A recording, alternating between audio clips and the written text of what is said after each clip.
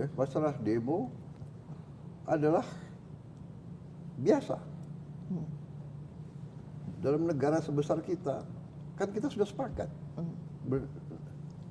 berdemokrasi. Orang berdemo itu dijamin oleh Undang-Undang Dasar. Hak berkumpul, hak berserikat dan sebagainya. Jadi itu menurut saya biasa. Kalau ada abusive, ya kita harus investigasi dan kita harus proses secara hukum kalau abusive. Tapi Mbak Uni harus tahu. Coba perhatikan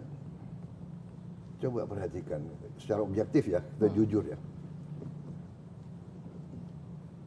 Apakah demo-demo itu murni atau ada yang bayar? Harus objektif dong. Iya kan? Pertama, ada demo melawan efisiensi. Demo katanya dana pendidikan akan dikurangi. Demo, jadi harus objektif. Kita bukan anak kecil, Mbak Uni, ya kan? Kita hormati hak untuk berdemo, asal demonya damai, tidak mau menyulut kerusuhan. Nah, kalau bakar-bakar ban itu bukan damai. Dan kenapa abusive? Kita punya pengalaman. Saya mantan petugas keamanan juga. Kadang-kadang petugas dilempar plastik kencing. Kadang-kadang petugas dilempar plastik isinya kotoran manusia. Ya. Jadi selalu dalam pengelolaan suatu negara kita waspada. Apakah ada kelompok-kelompok atau kekuatan-kekuatan asing yang ingin adu domba? Ini berlaku lazim. Data-data keluar sekarang. Pemerintah Trump membubarkan USAID.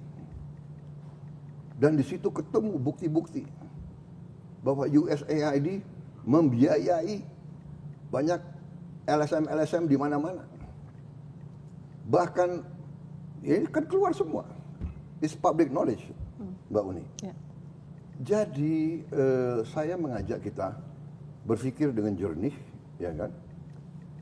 Demo itu hak, tapi juga kalau demo dibuat untuk menimbulkan kekacauan dan kerusuhan, ini menurut saya adalah melawan kepentingan nasional dan melawan kepentingan rakyat. Demo kenapa? Bisa di London, di Amerika, di mana demo nggak usah merusak pagar, nggak usah merusak stasiun bis, terminal bis. Ini kan uang rakyat. Boleh demo di kampus, tapi jangan merusak fakultas. Ini uang rakyat. Ya, jadi dan Mbak Uni perhatikan nggak? Petugas-petugas polisi kita sekarang tidak bersenjata. Ya, jadi masalah abusive oke. Catat. Tapi dalam Mbak Uni sendiri mengatakan berapa ratus demonstrasi, berapa kasus abusive. Ya, jadi saya paham dan saya tahu setiap institusi ada yang tidak beres.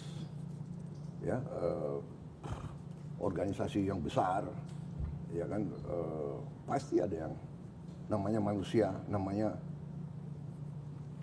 kadang-kadang anak muda, emosi, panas dan sebagainya. Tapi tidak ada niat dari pemerintah untuk menekan, nggak ada. Untuk apa? Kita mau kerja untuk rakyat. Begitu ya, Mbak Uni. Tentang soal kenapa kok RUU TNI ini begitu dipercepat? RUU TNI dipercepat karena kita mengalami suatu fenomena dalam beberapa tahun itu. Ya. Panglima TNI 1 tahun ganti. Kasat 1 tahun ganti karena usianya habis. Waktu dia untuk karirnya begitu mau dipakai usia habis. Di mana kita bisa punya suatu organisasi yang pemimpinnya ganti tiap tahun. Nah di situ saya sebetulnya mengatakan, saya bilang ini kalau tidak ini berapa jenderal kita harus kita ganti sekarang. Jadi saya mohon kalau bisa inti daripada RUU TNI ini sebetulnya hanya memperpanjang usia pensiun beberapa perwira tinggi. Gak ada niat TNI mau difungsi lagi, come on, ya kan? Nonsense itu saya katakan, tidak ada niat TNI ya keluar dari politik. Coba buka sejarah, di mana TNI keluar dari politik dalam sekian puluh tahun berapa?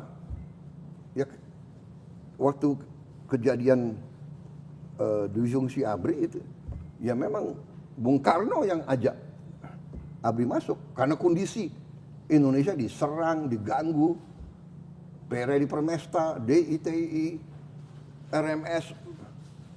Akhirnya Presiden waktu itu Bung Karno mengatakan darurat perang.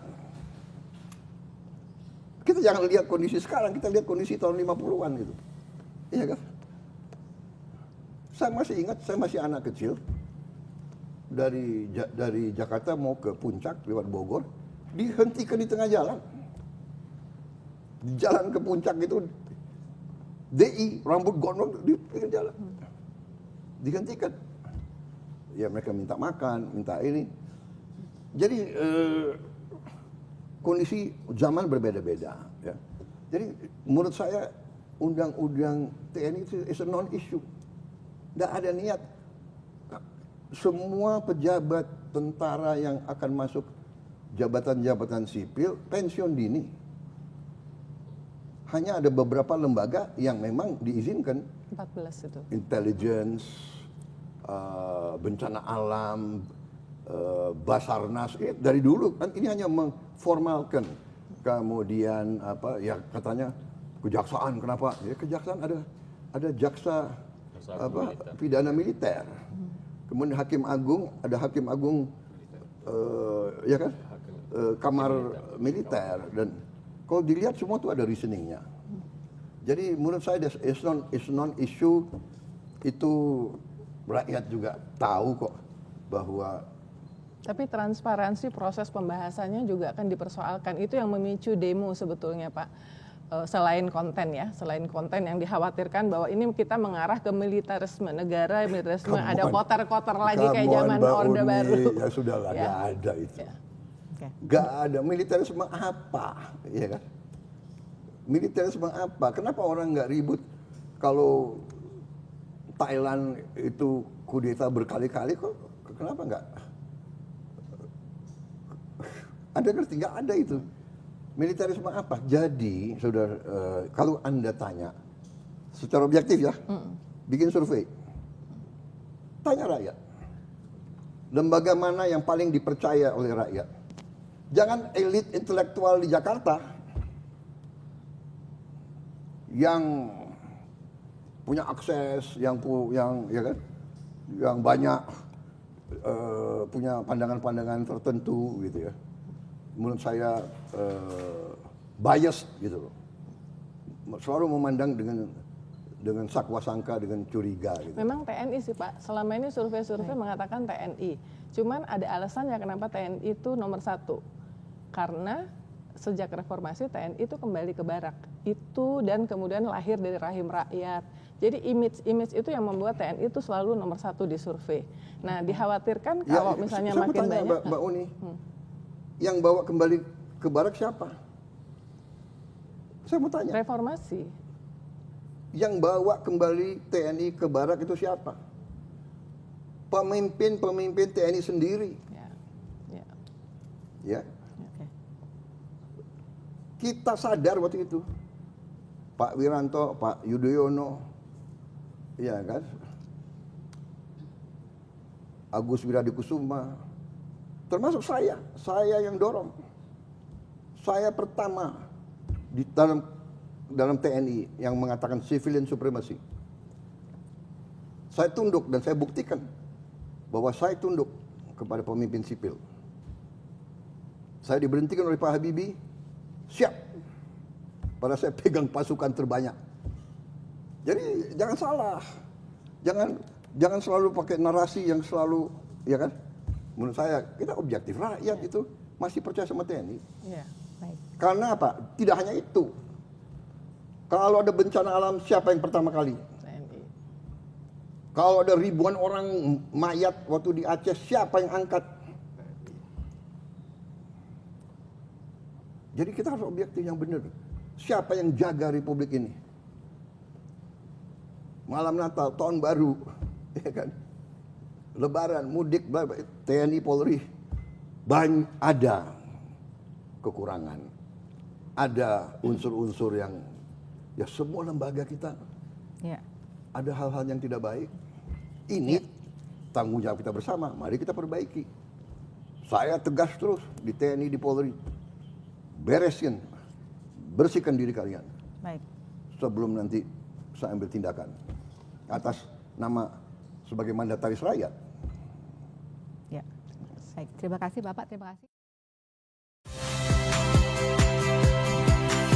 Saya Ihsan Sitorus. Saksikan program-program Kompas TV melalui siaran digital, pay TV, dan media streaming lainnya. Kompas TV, independen, terpercaya.